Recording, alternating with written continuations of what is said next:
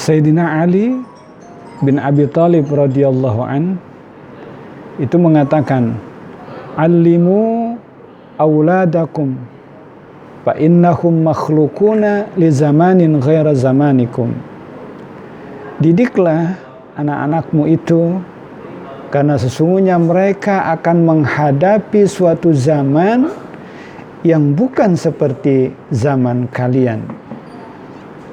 Jadi tentu mendidik anak-anak pada zaman dahulu memerlukan cara-cara dan kiat-kiat khusus yang disesuaikan dengan kondisi zamannya pada saat ini.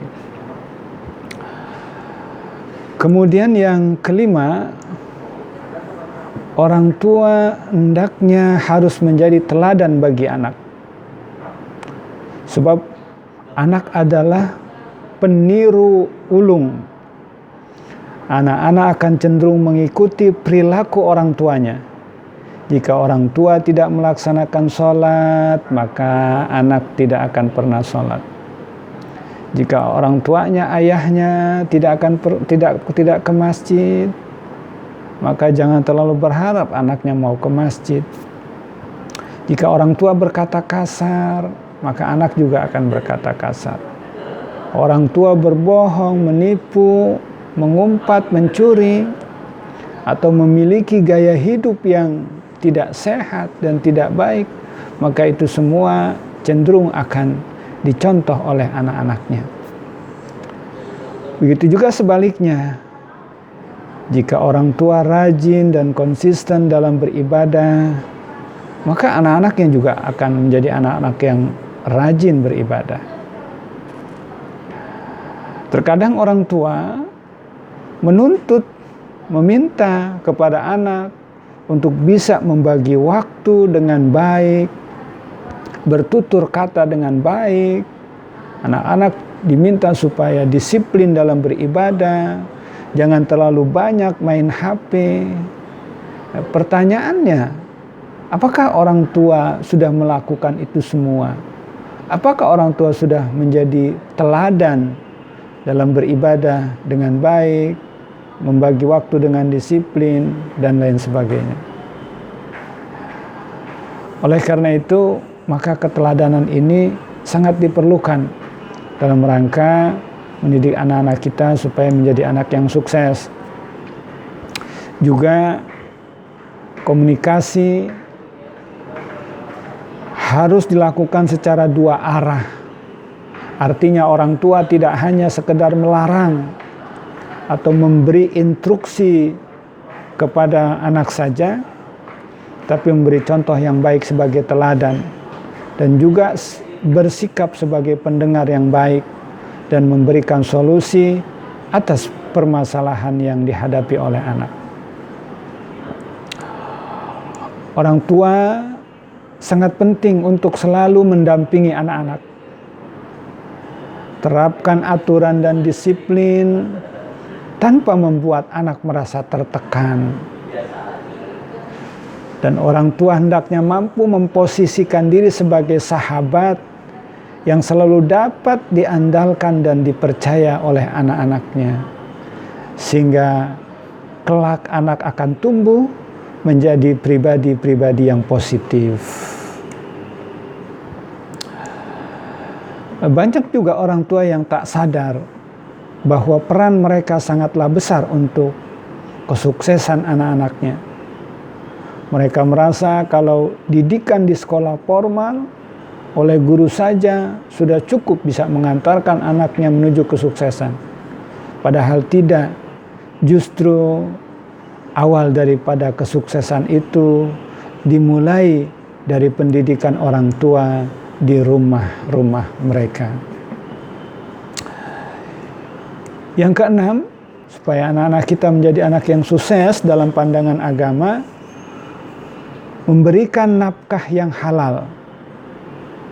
Rasulullah sallallahu alaihi wasallam mengatakan, haqqul waladi 'alal walidi ay yu'allimahul kitabah was-sibaha war-ramya wa alla yarzuqahu illa thayyiban.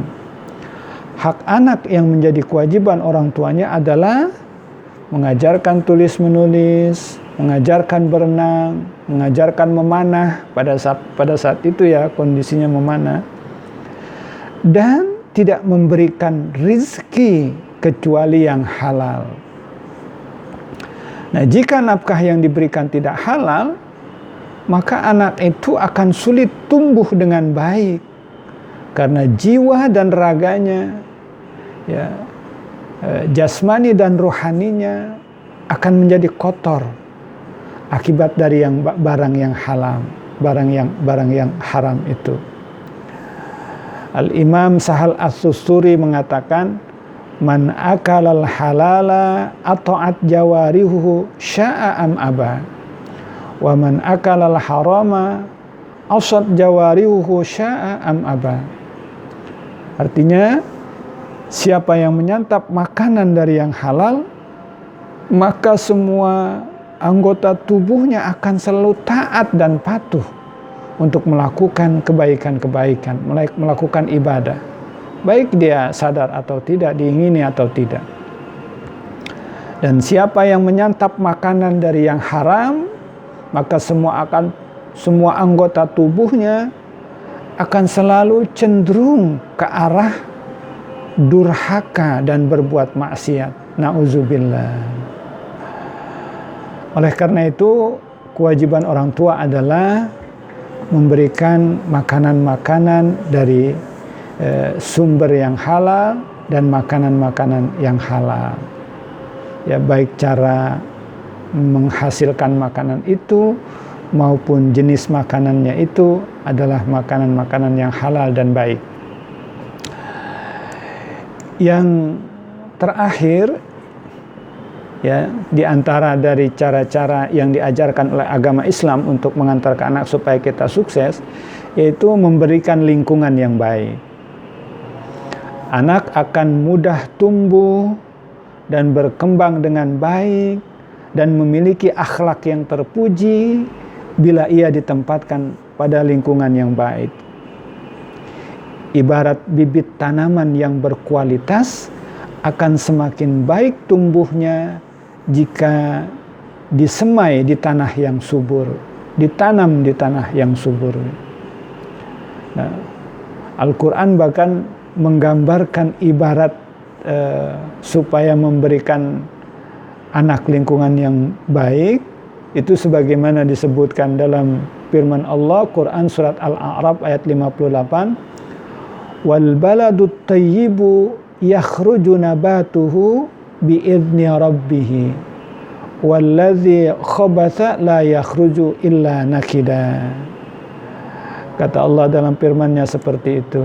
Artinya tanah yang baik, ya, dari tanah yang baik tanam-tanamannya akan menjadi subur dengan izin Allah. Tapi sebaliknya, tanah yang tidak baik, lingkungan tidak baik, tanah yang tidak subur, maka tanam-tanamannya tumbuh dengan merana, tumbuh dengan tidak baik.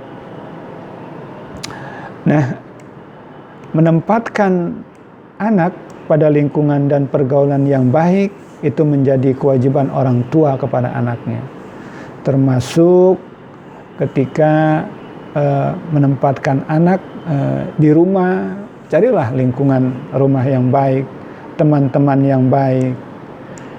Dalam pendidikan juga, ketika ia bersekolah, carilah sekolah-sekolah yang baik. Pondok-pondok pesantren umpamanya, itu lingkungan yang sangat baik untuk mendidik anak-anak kita di tengah situasi global saat ini. Demikian sekedar yang saya sampaikan sebagai pengantar kita memahami supaya anak-anak kita menjadi sukses. Mudah-mudahan bermanfaat. Wassalamualaikum warahmatullahi wabarakatuh.